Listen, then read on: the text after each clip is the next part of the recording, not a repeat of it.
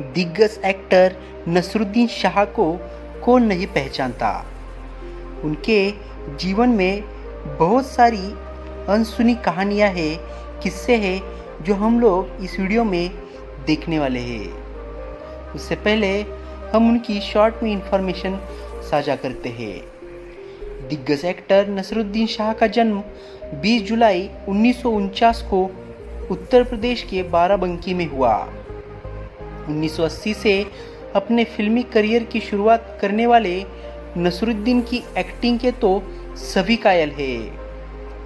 फिल्मों में उनके योगदान के लिए पद्मश्री और पद्म भूषण से नवाजा जा चुका है। उनके जन्मदिन पर हम उनकी पर्सनल लाइफ से जुड़े किस्से इस वीडियो में देखने वाले थे। नसीर की पर्सनल लाइफ बेहद दिलचस्प रही है। मात्र 20 साल की उम्र में नसरुद्दीन शाह ने खुद से 15 साल बड़ी मनारा सिकरी से शादी की थी।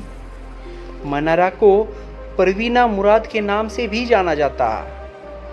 जब नसरुद्दीन ने घर वालों से मनारा से शादी करने की ख्वाहिश जताई तो उनके पेरेंट्स गुस्से से आग बबूला हो गए, क्योंकि मनारा नसीर से उम्र में 15 साल बड़ी थी। साथ ही उनकी पहले शादी हो चुकी थी और उन्हें एक बच्चा भी था। घर वालों के मना करने के बावजूद नसरुद्दीन ने न मानते हुए मनारा से शादी कर ली। शादी के 1 साल के अंदर ही दोनों के एक बेटी हुई, जिसका नाम हिबा शाह है। हिबा अभी 1 साल की हुई थी कि मनारा और नसीर में अनबन शुरू हो गई और वो अलग रहने लगे। 1982 में नसरुद्दीन और मनारा के बीच तलाक हो गया।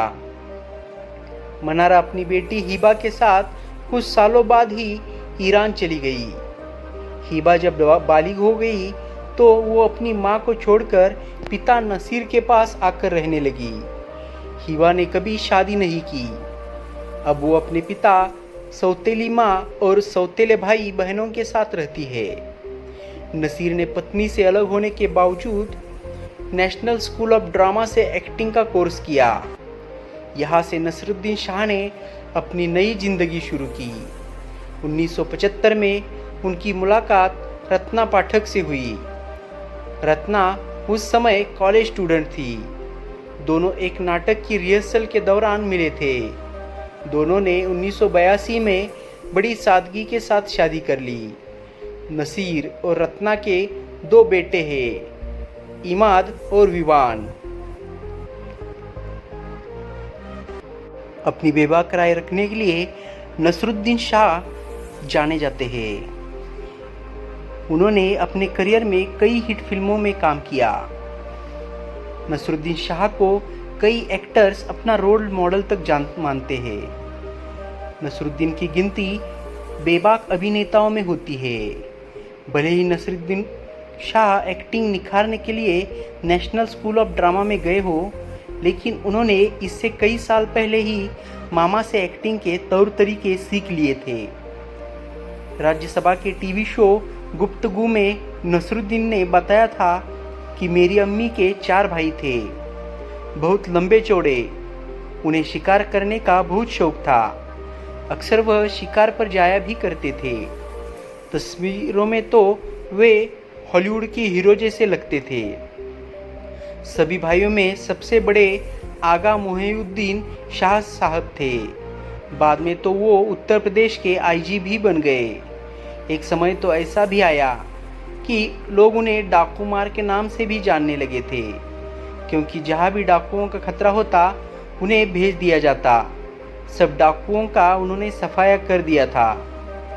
नसरुद्दीन शाह ने आगे बताया था कि मोहिउद्दीन साहब के सामने उनके सभी भाई बिल्कुल अलग नज़र आते थे, क्योंकि उनकी तो पर्सनालिटी ही बिल्कुल अलग थी।